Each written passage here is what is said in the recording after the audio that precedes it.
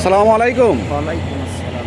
আমাদের দেশে যে এত মশা, এয়ারপোর্টের মধ্যে আত্মীয় স্বজনরা আসে বিদায়ী বেলা, আত্মীয় স্বজনদের মানে বিদায় দেওয়ার জন্য প্রবাসীরা আসা যায়, প্রবাসীরা আত্মীয় স্বজনরা আসে, অথচ সরকার কোনো উদ্যোগই নিচ্ছে না, মশার ওষুধ দিচ্ছে না।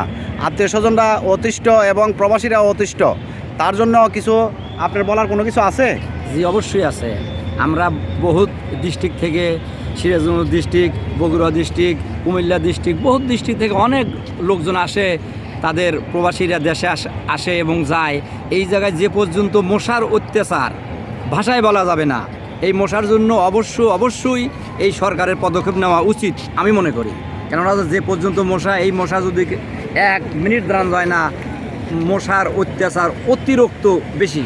এর জন্য এই সরকারকে বিশেষভাবে রিকোয়েস্ট করে অনুরোধ করি যে আপনি অতি তাড়াতাড়ি এয়ারপোর্ট এলাকায় মশা নিধন করার জন্য ঔষধ অতি তাড়াতাড়ি ব্যবহার করুন। আলহামদুলিল্লাহ, আমরা সরকারের কাছে আকুল আবেদন জানাইতেছি মশার ওষুধ যাতে এয়ারপোর্টের আশেপাশে যাতে দেয়। জি জি, অবশ্যই। আলহামদুলিল্লাহ। আসসালামু আলাইকুম। ওয়ালাইকুম আসসালাম ওয়া রাহমাতুল্লাহ।